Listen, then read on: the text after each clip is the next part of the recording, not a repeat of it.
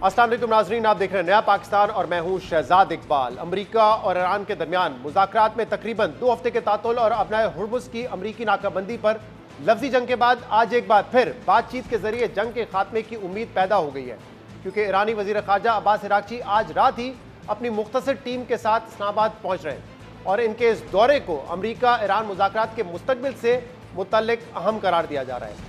इससे पहले 12 अप्रैल को इस्लामाबाद में होने वाले मुज़ाकरात के पहले राउंड में फरीकैन के दरमियान जौहरी नुक्ते पर डेडलॉक पैदा हो गया था। इस डेडलॉक के बाद दोनों जानिब से इंतहाई पोजीशंस इख्तियार की गई थी। अमरीकी नायब सदर जेडी वेंस ने गेंद ईरान के कोर्ट में होने का दावा करते हुए कहा था कि अमरीका ने अपने मुतालबात ईरान के सामने रख दिए हैं, जबकि ईरान ने डील के लिए अमरीकी तजावीज़ को मुस्तरद कर दिया था। मगर बातचीत में डेडलॉक के बावजूद पाकिस्तान की सालिसी की कोशिशों के बायस ईरान ने लबनान में जंग बंदी के बदले अपनाए हुर्मुज़ बंदिश खत्म करने का ऐलान किया। मगर ईरान के इस इक़दाम के बावजूद अमरीका ने बहरी नाकाबंदी जारी रखने का ऐलान कर दिया, जिसकी वजह से बातचीत की उम्मीदें दम तोड़ती नजर आई, क्योंकि ईरान ने मुज़ाकरात के दूसरे राउंड को अपनाए हुर्मुज़ की नाकाबंदी खत्म करने से मशरूत कर दिया था। ताहम अमरीकी सदर ने 2 रोज़ पहले अपनाए हुर्मुज़ की नाकाबंदी खत्म करने का ईरानी मुतालबा मुस्तरद कर दिया था, मगर साथ ही द न्यूयॉर्क पोस्ट से बातचीत करते हुए यह दावा भी किया था कि जुमे तक ईरान से बातचीत के मामले पर कोई बड़ी पेशरफ सामने आ सकती है। और आज इसी हवाले से हुकूमती ज़राए से ये अहम खबरें सामने आई कि ईरानी वज़ीर ख़ारजा अब्बास इराक़ची की सरबराही में मुख्तसर वफ़द की आज रात इस्लामाबाद आमद का इम्कान है। हुकूमती ज़राए के मुताबिक पाकिस्तानी मुज़ाहरती टीम से अहम बातचीत के नतीजे में अमरीका और ईरान के दरमियान इस्लामाबाद अमन मुज़ाकरात का दूसरा राउंड मुतवक्के है। मगर इन खबरों के कुछ ही देर बाद ईरानी मीडिया की जानिब से यह खबर सामने आई कि ईरानी वज़ीर ख़ारजा पाकिस्तान के साथ मस्कत और मॉस्को का भी दौरा करेंगे। ईरान इंटरनेशनल ने अपनी खबर में बताया कि इस दौरे में दोनों ममालिक के दरमियान 2 तरफा मामलात पर गौर होगा, जिसमें अमरीका और इसराइल से जंग समेत खित्ते में सामने आने वाली पेशरफ भी शामिल है। ईरानी मीडिया की इस खबर के बाद ये कन्फ्यूजन पैदा हुई कि क्या ईरानी वज़ीर ख़ारजा अब्बास इराक़ची अमरीका ईरान मुज़ाकरात के लिए पाकिस्तान आ रहे हैं या इनका ये दौरा सिर्फ 2 तरफा दौरा है। ईरानी मीडिया की खबर की तस्दीक के लिए जब हमने दफ्तर ख़ारजा के आला तरीन ज़राए से पूछा कि क्या ईरानी वज़ीर ख़ारजा के इस दौरे में अमरीका ईरान मुज़ाकरात की भी कोई उम्मीद है, जिस पर उन्होंने वजाहत करते हुए कहा कि ईरानी वज़ीर ख़ारजा का ये दौरा 2 तरफा है और इस दौरे से मुतल्लिक क्या सराहियाँ अमरीका ईरान मुज़ाकरात के लिए पाकिस्तान की कोशिशों को मुतासर कर सकती हैं। ताहम दफ्तर ख़ारजा के आला तरीन ज़राए ने इस बात की तस्दीक की कि अमरीका की लॉजिस्टिक और सिक्योरिटी टीम्स पिछले हफ्ते से इस्लामाबाद में मौजूद हैं और इस मौके पर अब्बास इराक़ची का पाकिस्तान आना अच्छी पेशरफ्त है और पाकिस्तान की मुसलसल ये कोशिश है कि अमरीका और ईरान को जंग के सिफारती हल के लिए आमने सामने बिठाया जाए। बहरहाल इस पूरी सूरत-ए-हाल में अहम बात यह भी है कि अभी तक किसी भी तरफ से हुकूमती सतह पर इन खबरों की तस्दीक सामने नहीं आई है कि क्या अमरीका और ईरान मुज़ाकरात के दूसरे दौर के लिए रजामंद हो गए हैं या मुज़ाकरात को लेकर सदमोहरी अब भी जारी है। अहम बात यह कि अमरीका और ईरान के दरमियान बातचीत के दूसरे दौर की खबरें सामने आने से कुछ ही देर पहले ईरानी खबर एजेंसी ने आज दोपहर यह खबर दी थी कि ईरानी वज़ीर ख़ारजा अब्बास इराक़ची ने नायब वज़ीर आज़म और वज़ीर ख़ारजा इसाक डार और chief of defence forces field marshal Asim Munir से टेलीफोनिक रब्ता किया है, जिसमें खित्ते की सूरत-ए-हाल और जंग बंदी से मुतल्लिक अमूर पर बातचीत हुई। जिसके बाद तर्जुमान दफ्तर ख़ारजा ने अपने बयान में कहा कि दोनों रहनुमाओं के दरमियान इस्लामाबाद की जानिब से अमरीका ईरान राब्तों में जारी सफारती कोशिशों पर गुफ्तगू हुई है और इसाक डार ने मसाइल के हल के लिए मुसलसल मुज़ाकरात की अहमियत पर जोर दिया है, जबकि अब्बास इराक़ची ने पाकिस्तान की तामीरी और मुस्बत किरदार को सराहा है। बहरहाल अब ये देखना होगा कि क्या अमरीका और ईरान के दरमियान एक बार फिर बातचीत का सिलसिला शुरू होगा या फिर कुछ अहम मामलात पर डेडलॉक जो है वो मुज़ाकरात में तातुल की वजह बने रहेंगे। अहम बात यह कि इस वक्त पूरी दुनिया की नज़रें इस सवाल पर है कि खलीज में जारी जंग का खात्मा कब और कैसे होगा, कौन पहले ब्लिंक करेगा और किसे डील की ज़्यादा ज़रूरत है। और इस हवाले से अमरीकी मीडिया तो मुसलसल ये लिख रहा है कि इस वक्त एक ऐसी लग्जरी है जो सदर ट्रंप को मुयसर नहीं है, क्योंकि इस जंग की वजह से बढ़ती महंगाई ने रिपब्लिकन वोटर्स को मायूस और सदर ट्रंप को गैर मकबूल करना शुरू कर दिया है, जबकि अक्सर औकात सदर ट्रंप के बयानात और इक़दामात से भी उनकी फ्रस्ट्रेशन वाज़े नजर आती है। मगर सदर ट्रंप ने कल अपने हरीफों पर यह बावर करवाने की कोशिश की है कि उन्हें ईरान से डील में कोई जल्दी नहीं है, जबकि ईरान है जिसके पास वक्त नहीं है। If you look at what I said, I guess it was right, because I said I'd have it 4 to 6 weeks, and in 4 weeks we have totally defeated that military. So right now I don't want to rush it because you guys are, trying to make us look as bad as possible. I don't want to rush it. I want to take my time. We have plenty of time. and I want to get a great deal. I want to get a deal where our nation and the world is safe from lunatics with nuclear weapons.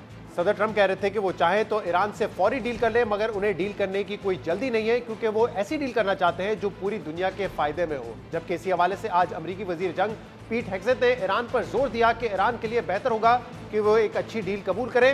Iran के पास संजीदा मुआहदे का तारीखी मौका है, फैसला उनके हाथ में है। ईरान को मुज़ाकरात पर मजबूर करने के लिए नाकाबंदी मजीद सख्त कर दी है और ये नाकाबंदी जब तक जरूरत होगी बरकरार रहेगी। That mission continues today in this new phase as Iran has an important choice, a chance to make a deal, a good deal.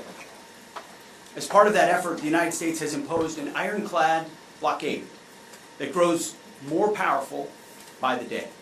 From the Gulf of Oman to the open oceans, our Navy is enforcing this blockade without hesitation or apology. Not only is the blockade growing, in fact, a second aircraft carrier will join the blockade in just a few days, but this growing blockade is also gone global. No one sails from the Strait of Hormuz to anywhere in the world without the permission of the United States Navy. The blockade is tightening by the hour. We are in control. Nothing in, nothing out. पीट हेग्सेथ कह रहे थे कि आबनाए Hormuz पर America का मुकम्मल control है। Iran के जहाज़ों के सिवा दीगर तमाम जहाज़ों को आमदोरफ्त की मुकम्मल इजाज़त है। जबकि अमेरिकी वज़ीर जंग ने यह भी बताया कि अमेरिकी बहरिया का एक और एयरक्राफ्ट कैरियर जॉर्ज बुश कुछ ही दिनों में आबनाए हुर्मुज़ की नाकाबंदी में शामिल हो जाएगा। जबकि दूसरी तरफ ईरान ने भी जंग के फिर से शुरू होने के इम्कान को लेकर नए अहदाफ मुकर्रर करने का इंदिया दिया है। ईरानी खबर एजेंसी तस्नीम की एक रिपोर्ट में खलीज फारिस में ज़ेरे ज़मीन इंटरनेट केबल और क्लाउड सिस्टम का नक्शा दिखाते हुए कहा गया है कि आबनाए हुर्मुज़ सिर्फ तेल की गुजरगाह नहीं बल्कि दुनिया को जाने वाली इंटरनेट केबल्स का अहम रास्ता भी है, जहां से केबल्स गुजर कर मुत्तहदा अरब अमारात, कतर, बहरीन, कुवैत और सऊदी अरब को इंटरनेट की सहूलत फराहम करती है। इस रिपोर्ट में खसूसी तौर पर मुत्तहदा अरब अमारात और बहरीन में मौजूद डेटा सेंटर्स और क्लाउड सिस्टम की निशानदेही की गई थी, जिनके मुतासर होने से खित्ते की मईशत और राब्ते दोनों को बड़ा नुकसान हो सकता है। जबकि अमरीकी हुकाम ने दावा भी किया है कि ईरान की जानिब से आबनाए हुर्मुज़ में बारूदी सुरंगें बिछाने का सिलसिला भी जारी है, जिसे आज अमरीकी वज़ीर जंग ने जंगबंदी की खिलाफ वर्जी करार दिया है। ये सूरत-ए-हाल किस तरफ जारी है? क्या आने वाले दिनों में अमरीका और ईरान के जंग के सिफारती हल के इम्कानात रोशन है या ये जंग मजीद फैलती नजर आ रही है? इस पर सबसे पहले हम बात करेंगे, जिसके लिए हमें ज्वाइन किया है डॉक्टर मलिया लोधी साहबा ने, यूनाइटेड नेशन में पाकिस्तान की परमानेंट रिप्रेजेंटेटिव रह चुकी हैं, और इसके अलावा हमें ज्वाइन कर रहे हैं पाकिस्तान के साबिक सेक्रेटरी खारजा एजाज चौधरी। आप दोनों का बहुत बहुत शुक्रिया ज्वाइन करने के लिए। डॉक्टर साहबा, ये आज खबर आई कि अब्बास इराक़ची साहब वज़ीर खारजा ईरान पाकिस्तान दौरे पे आ रहे हैं, और उसके बाद ये स्पेकुलेशन हो रही थी कि शायद ये यूएस के साथ जो मुज़ाकरात हैं उसका दूसरा दौर भी शुरू हो जाएगा। लेकिन अब ये क्लैरिटी आ रही है कि ये बायलैटरल विजिट है, क्योंकि इसके बाद उन्होंने मस्कत और मॉस्को भी जाना है। लेकिन इस मौके पे उनका यहाँ पर आना, पाकिस्तान जो कि मीडिएशन कर रहा है ऑफ कोर्स इस सारे मामले में, आपके ख्याल में पॉजिटिव पेशरफ्त है, और क्या इससे इस बात के इम्कानात बढ़ जाएंगे कि मुज़ाकरात का दूसरा दौर अमेरिका से भी जल्द शुरू हो सकता है? जी बिल्कुल, ये पॉजिटिव डेवलपमेंट है, और वो भी एक अरसे के बाद जबकि डिप्लोमेटिक इम्पास रहा है अमेरिका और ईरान के दरमियान, और हमने देखा है कि कशीदगी बढ़ती गई है स्ट्रेट ऑफ हॉर्मुज़ के इलाके में। तो उस हवाले से मैं समझती हूँ कि ये इस चीज़ की निशानदेही करती है कि शायद ये स्टेलमेट या डेडलॉक जो रहा है वो अब इट्स गोइंग टू ब्रेक, और लगता ये है कि this could be a precursor to talks between the US and Iran, यानी कि ये एक कदम होगा वो रिज्यूम करने के लिए, वो वाला प्रोसेस जो कि पिछले हफ्ते के बाद से नहीं शुरू हो सका। तो मैं समझती हूँ कि वैसे तो कहा जा रहा है कि ये बायलैटरल विजिट है, लेकिन ये भी खबर आ रही है कि ईरानियन फॉरेन मिनिस्टर एक प्रपोज़ल लेके आ रहे हैं, जो कि अमेरिका की तवक्को है कि वो प्रपोज़ल जो है वो पाकिस्तान को देंगे, और फिर पाकिस्तान इससे वो शेयर करेगा अमेरिका के साथ, और उससे शायद गाड़ी फिर से चल पड़ेगी। तो absolutely there are hopes and there is more than that, there is informed आपके कह लीजिए स्पेकुलेशन कि second round can't be too far off. Aijaz साहब, आप कैसे देखते हैं इस डेवलपमेंट को, नोइंग दैट जो एडवांस टीम्स आई थी यूएस की वो अभी भी पाकिस्तान इस्लामाबाद में मौजूद है? जी, मेरी भी कुछ इसी तरह की असेसमेंट है कि ये तो बड़ी अच्छी बात है कि वो आ रहे हैं, और मुझे यकीन है कि कोई ना कोई वो तजवीज़ लाएंगे। और अगर मैं गेस करना चाहूँ तो वो यही कहेंगे कि जनाब साइमल्टेनियस आपने ब्लॉकेड उठवाएं, ईरान का ब्लॉकेड हरमुज से और ईरान के ब्लॉकेड का ब्लॉकेड जो अमेरिका ने कर रखा है। तो मेरा ख्याल है वो उससे कम पे ईरानी सेटल नहीं होंगे कि आप लेवल प्लेइंग फील्ड करें।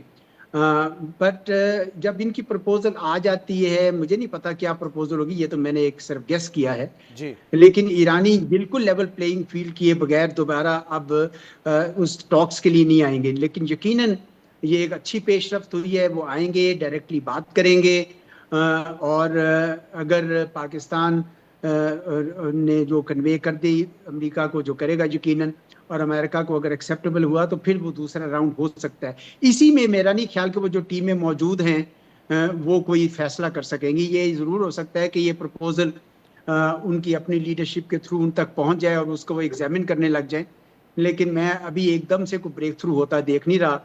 मेरा ख्याल है कि ईरानी कोशिश करेंगे एजाज साहब, लेकिन इसमें ये तो क्योंकि वही अगर वो पोजीशन डायरेक्ट आते ना, ये पोजीशन अगर के साइमल्टेनियसली हो, स्ट्रेट ऑफ हॉर्मुज ईरान खोले और ब्लॉकेड अपनी यूएस खत्म करे, ये तो पहले भी था लेकिन यूएस ने नहीं खत्म किया। और यूएस तो अभी भी इंसिस्ट कर रहा है कि ब्लॉकेड नहीं खत्म होगी, मुज़ाकरात के बाद हो सकती है, ब्लॉकेड खत्म उससे पहले नहीं हो सकती। तो ये चेंज ऑफ पोजीशन तो नहीं जी होगी। नहीं, ये तो देखे ना, ये इसके बगैर फिर होगा भी नहीं, क्योंकि अगर आप एक पार्टी जो है वो ये फील करे कि भाई मैं अंडर प्रेशर कर रहा हूं, तो वो पार्टी क्यों नेगोशिएट करेगी। और जहां ईरान ने 40 दिन जंग की है, वो शायद और भी जंग कर लें। और अगर लंबी जंग अमेरिका के भी हक में नहीं है। देखिए, मुझे जो समझ नजर आ रही है वो ये है कि ग्राउंड सिचुएशन बड़ी गंभीर होती जा रही है। अमेरिका इस वक्त, पहले उन्होंने एरियल बॉम्बिंग की, उससे एक लिमिटेड महदूद उनके ऑब्जेक्टिव अचीव हुए, ज़्यादा नहीं। और अब वो कह रहे हैं कि हम नेवल साइड से भी यही कोशिश करेंगे। ग्राउंड ट्रूप्स वो ला नहीं सकते हैं क्योंकि उसकी वजह से बड़ी मुश्किलात पेश आएंगी। और ये नेवल वाला भी जल्दी वो देख लेंगे कि बड़ी उनकी लिमिटेशन सामने आ जाएंगी।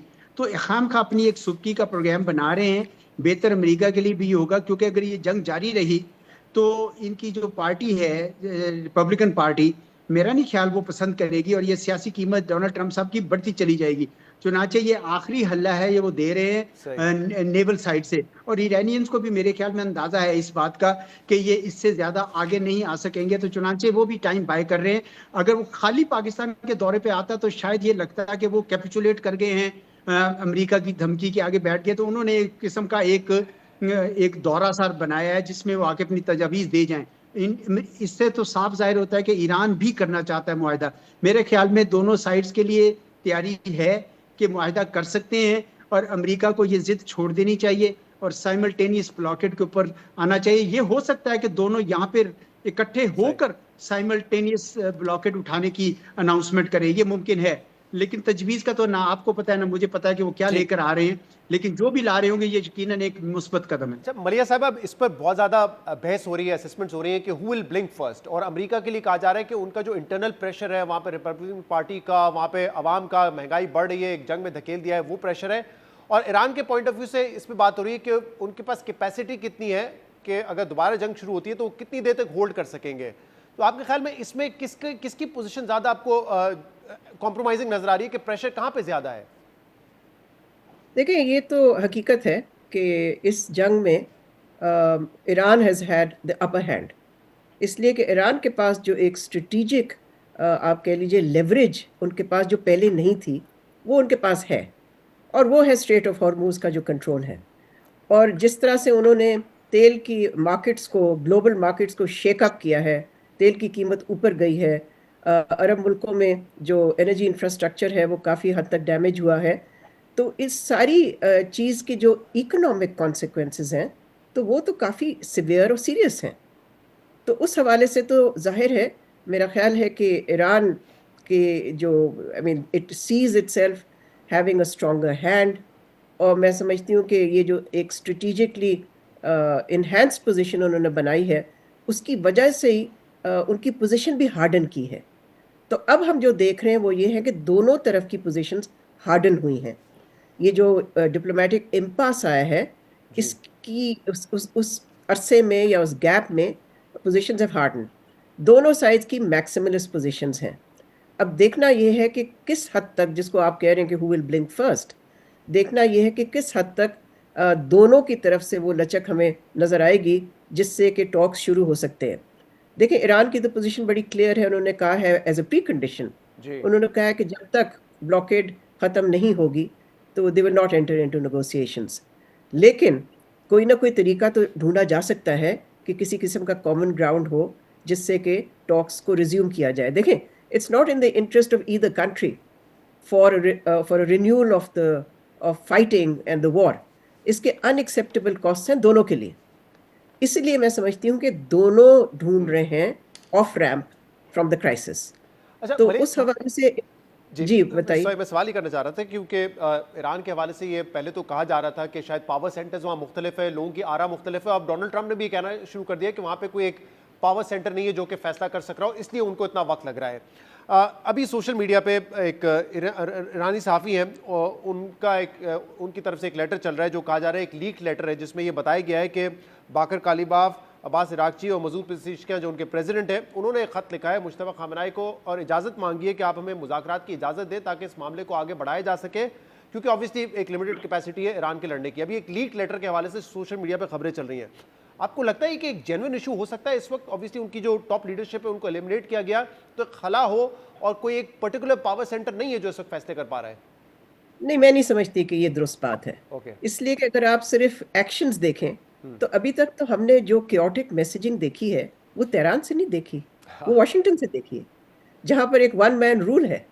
तो उसके बावजूद कि वन मैन रूल है, वहाँ आपको जो मिक्स मैसेजेस, कॉन्ट्रडिक्टरी मैसेजेस नजर आते हैं, एक दिन कुछ दूसरे दिन कुछ, वो तेहरान से तो नहीं आया है। हाँ, ये ज़रूर है कि उनकी लीडरशिप डीकैपिटेट हुई है, मगर उस डीकैपिटेशन से उनकी जो मैसेजिंग है उसकी कोहेरेंस इफेक्ट नहीं हुई। और हाँ, डिफरेंसेस हो सकते हैं, मगर उनकी जो मैसेजिंग है, मीनिंग कि जो वो कह रहे हैं, उसमें मुझे कोई उस तरह की कमजोरी नहीं नजर आती। तो ये मेरा ख्याल है this is part of a tactic being used by the US, and किसी हद तक ये इजरायली इंफॉर्मेशन ऑप्स भी हैं कि जानबूझ के ये कहना जी किससे बात करें, वहाँ तो कोई बात ही करने की। Israel is still opposed to the talks, और इजराइल नहीं चाहता कि कोई डील हो बिटवीन अमेरिका एंड ईरान। ये बड़ी इंटरेस्टिंग ऑब्जर्वेशन है एजाज साहब के कॉन्ट्रडिक्शंस हमें ईरान के पॉइंट ऑफ व्यू पे नहीं नजर आई। हो सकता है उनका डिफरेंस ऑफ ओपिनियन हो, लेकिन पब्लिकली इतनी कोई ज़्यादा ऐसी हमें स्टेटमेंट्स नहीं नजर आई जो कि कॉन्ट्रडिक्ट करती हो। लेकिन वहाँ पे एक ही शख्स है जो कि ऑल पावरफुल है, वो अपने आप को दिन रात खुद ही कॉन्ट्रडिक्ट करते रहते हैं। कभी धमकियाँ देते हैं फ्रस्ट्रेट होके, कहते हैं कि सीज फायर का वक्त खत्म हो गया तो अटैक कर दूंगा, बर्बाद कर दूंगा, लेकिन फिर खुद सीज फायर एक्सटेंड भी कर देते हैं। तो बहुत सारी कॉन्ट्रडिक्शंस हैं, यानी कि फ्रस्ट्रेशन वहाँ पे ज़्यादा है, जल्दबाजी वहाँ पे लग रही है कि अभी ईरान ने ओके नहीं किया था, आपने अपनी टीम भी भेज दी मुज़ाकरात के लिए, जबकि ईरान जो है वो रिएक्शन देता है, लेकिन एग्रेसिव स्टेटमेंट्स अमेरिका की तरह या कॉन्ट्रडिक्टरी स्टेटमेंट वहाँ से नहीं आ रहे हैं। जी बिल्कुल सही है जी। ये एक मैसिव डिसइंफॉर्मेशन कैंपेन चलाई जा रही है कि जी ईरान जो है वो डिसफंक्शनल हुआ है। हालांकि आपको पता है कि पावर सेंटर्स जो हैं किसी भी मुल्क में मुख्तलिफ पावर सेंटर्स होते हैं, लेकिन जब जंग का आलम होता है तो सारा मुल्क जो है मुत्तहिद हो जाता है। लेकिन ये एक डिसइंफॉर्मेशन कैंपेन चलाई जा रही है ईरान के बारे में। मैं कल एक फ्रांस 24 के प्रोग्राम में था, तो वहाँ पे भी बार बार इसका तज़किरा लाते थे इसी बात का। तो साफ नजर आ रहा है कि ये एक कैंपेन चलाई गई। ग्राउंड रियलिटीज यही है कि मिक्स मैसेजेस ईरान से नहीं आ रहे हैं। वो कंसिस्टेंटली कह रहे हैं कि हम टॉक्स के लिए तैयार हैं, लेकिन ये नहीं हो सकता कि हम अंडर प्रेशर करें या अंडर स्ट्रेस करें। आप इसको लेवल प्लेइंग फील्ड करें।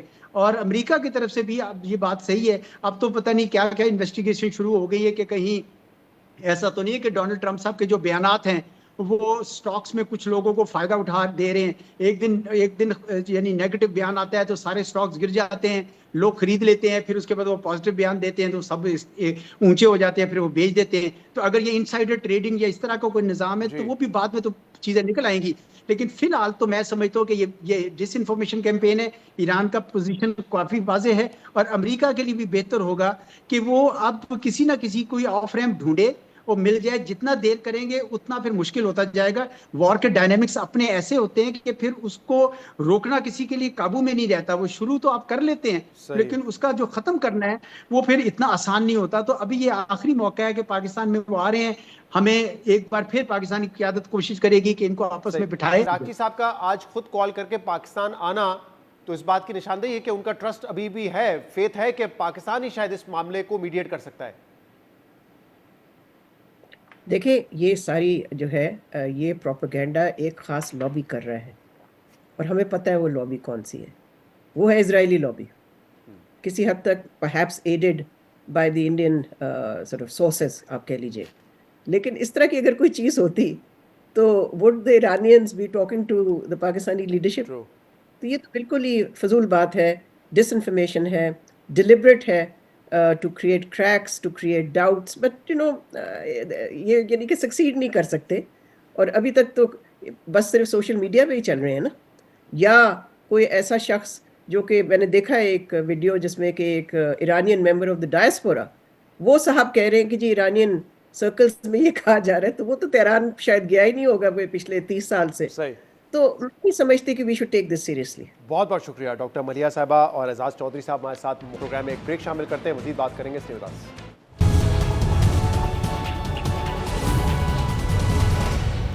वेलकम बैक नाज़रीन। ईरान के वज़ीर ख़ारजा के विजिट के हवाले से मजीद बात करेंगे, जिसके लिए अब हमें ज्वाइन किया है सहाफ़ी अनस मलिक ने।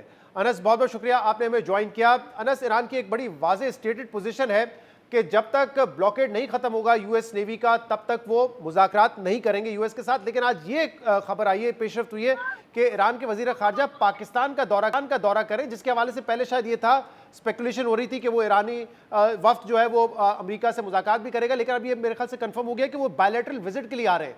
लेकिन सब बताइएगा कि क्या पेशरफ्त हुई है और उनके जो पर्पस ऑफ द विजिट है वो क्या है? बहुत बहुत शुक्रिया शहजाद साहब for having me on the show. देखिए, पर्पस ऑफ द विजिट वो बायलैटरल विजिट तो उसको कहना चाहते हैं, लेकिन उनका 3 कंट्री का विजिट है। पहले मरहले में वो इस्लामाबाद आएंगे, दूसरे मरहले में वो मस्कत जाएंगे और तीसरे मरहले में वो मॉस्को जाएंगे।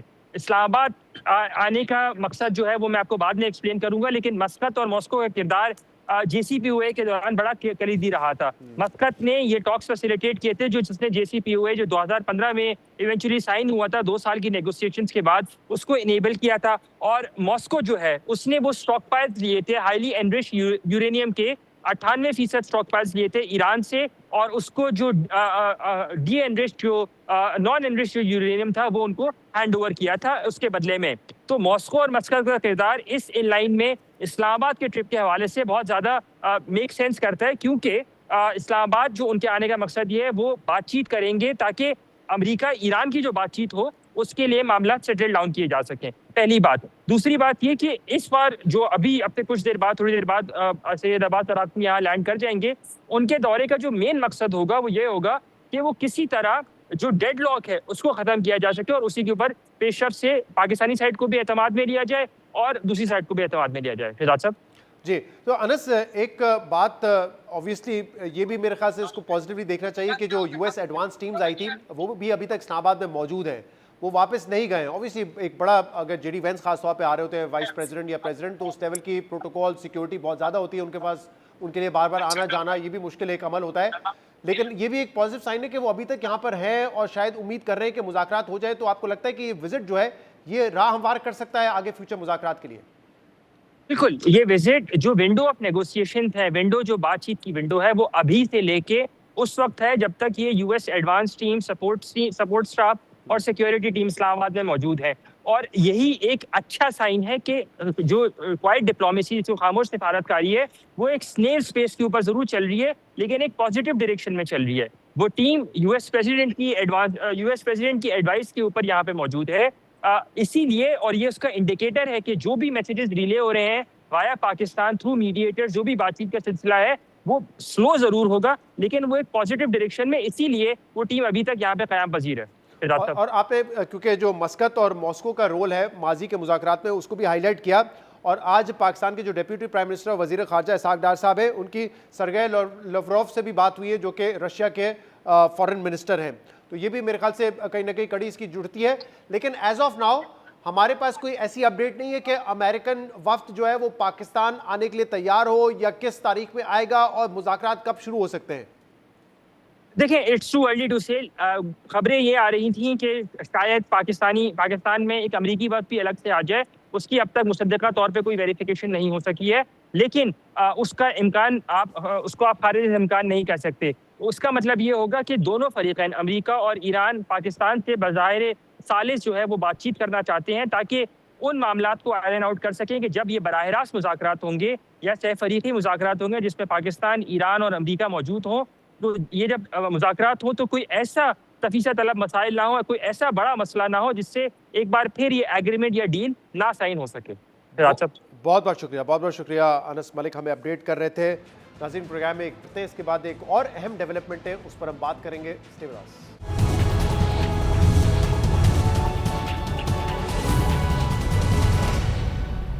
Welcome back. 27वीं तरमीम में जजेस के तबादले का इख्तियार जुडिशल कमिश्नर ऑफ पाकिस्तान को दिए जाने और तबादले से इनकार की सूरत में जज के खिलाफ सुप्रीम जुडिशल काउंसिल को कार्रवाई का इख्तियार देने का मामला अभी तक अदलिया के दरमियान तनाज़ी की वजह बना हुआ है।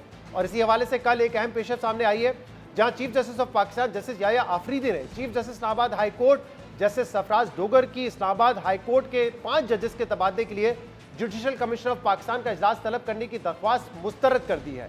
मगर चीफ जस्टिस की जानिब से दरख्वास्त मुस्तरद करने के बावजूद जुडिशल कमीशन के अरकान की अक्सरियती राय की बुनियाद पर जुडिशल कमीशन ऑफ पाकिस्तान का इजलास 28 अप्रैल को तलब कर लिया गया है, जिसमें जराये के मुताबिक इस्लामाबाद हाई कोर्ट के 5 जजेस के दीगर हाई कोर्ट्स में तबादले पर गौर किया जाएगा। अहम बात यह कि chief justice of Pakistan justice Yahya Afridi ने जुडिशल कमीशन का इजलास तलब करने की दरख्वास्त मुस्तरद करते हुए chief justice Islamabad high court को खत लिखकर वजूहात बयान की हैं और ये कहा है कि किसी वजह के बगैर हाई कोर्ट के जजेस का तबादला जजेस को सजा देने के मुतरादिफ है। यानी चीफ जस्टिस सुप्रीम कोर्ट आज तो वजह बताए बगैर जजेस के ट्रांसफर पर एतराज कर रहे हैं, मगर इससे पहले पिछले साल जब जजेस ट्रांसफर के मामले पर तनाजा खड़ा हुआ था तो उस वक्त चीफ जस्टिस याया आफरीदी ने 3 जजेस के इस्लामाबाद हाई कोर्ट में ट्रांसफर पर कोई एतराज नहीं किया था, बल्कि उस अमल को खुशाइन करार दिया था। जियो न्यूज़ के सहाफ़ी अब्दुल करीम सिद्दीकी की खबर के मुताबिक चीफ जस्टिस ऑफ पाकिस्तान ने chief justice Islamabad high court के नाम अपने खत में लिखा है कि जजेस के तबादले के लिए जुडिशल कमीशन का इजलास सिर्फ गैर रस्मी दरख्वास्तों पर नहीं बुलाया जा सकता और ऐसी दरख्वास्त को कबूल करना मुमकिन नहीं। चीफ जस्टिस याया आफरीदी ने मौक़िफ़ अपनाया है कि जजेस के तबादले की इस तरह इजाज़त देने के इदारे पर नाखुशगवार और दूरअस असरात हो सकते हैं और इससे इस तस्वुर को तक़वियत मिलेगी कि इंतज़ामी तौर पर जजेस का तबादला या उन्हें माजूल करना नॉर्मल बात है, जिससे न सिर्फ अदलिया का वकार मजरू होगा बल्कि अदलिया पर अवाम के एतमाद को भी ठेस पहुंचेगी। खबर के मुताबिक जजेस के तबादले से इस्लामाबाद हाई कोर्ट में सूबों की नुमाइंदगी खत्म होने का खदशा भी पैदा हो सकता है, जबकि सिंध से ताल्लुक रखने वाले जज की वापसी भी वफाकी नुमाइंदगी के तवाजुन के खिलाफ होगी। अगर 9 में से 5 जजेस का तबादला किया गया तो अदालती निज़ाम मुतासर होने के साथ साथ गैर यकीनी की सूरत भी पैदा हो सकती है। अपने तहरीरी जवाब में चीफ जस्टिस सुप्रीम कोर्ट ने कहा है कि जजेस के इंतजामी तबादले अदलिया की आज़ादी और खुद मुख्तारी के मुनाफी होंगे और इससे अदालती साख को नुकसान पहुंच सकता है। Chief justice of Pakistan justice Yahya Afridi ने बगैर किसी वजह के जजेस के तबादले को इनको सजा देने के मुतरादिफ करार दिया है। लेकिन अहम बात यह है कि जब 27वीं तरमीम के बाद मुख्तलिफ हाई कोर्ट्स के 3 जजेस का इस्लामाबाद हाई कोर्ट में तबादले का मामला सामने आया था तो उस वक्त चीफ जस्टिस याया आफरीदी ने जजेस के इस तबादले को खुशाइन करार दिया था। 3 फरवरी 2025 को मीडिया के साथ गुफ्तगू के दौरान चीफ जस्टिस ने इस्लामाबाद हाई कोर्ट में जजेस के तबादले के तस्वर की हिमायत की थी, ताहम उन्होंने सीनियरिटी के असूल पर कुछ तहफ़्फ़ुज़ात का इज़हार ज़रूर किया था।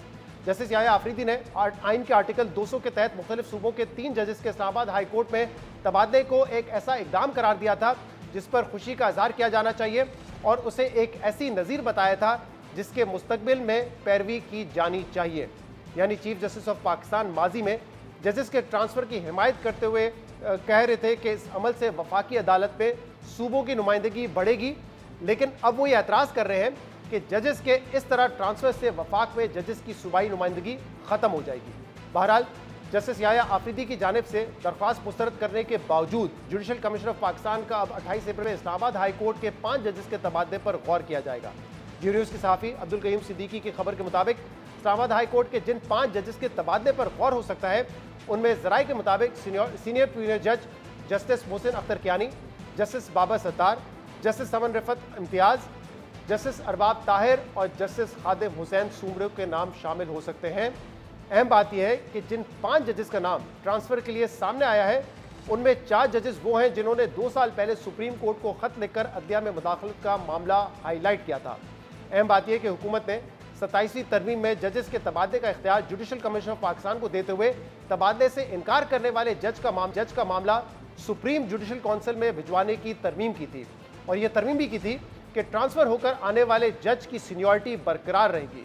इसके बाद इस्लामाबाद हाई कोर्ट में दीगर हाई कोर्ट से 3 जजेस को ट्रांसफर किया गया था, जिनमें मौजूदा chief justice Islamabad high court justice Sarfaraz Dogar भी शामिल हैं, जो लाहौर हाई कोर्ट में सीनियरिटी में 15वें नंबर पर मौजूद थे, लेकिन इस तबादले के बाद इस्लामाबाद हाई कोर्ट में सीनियरिटी में वो दूसरे नंबर पर आ गए थे, जिससे इस्लामाबाद हाई कोर्ट में पहले से मौजूद जजेस की सीनियरिटी मुतासिर हुई थी और इस मामले पर अदलिया में तब वाज़े इख्तलाफात भी देखे गए थे।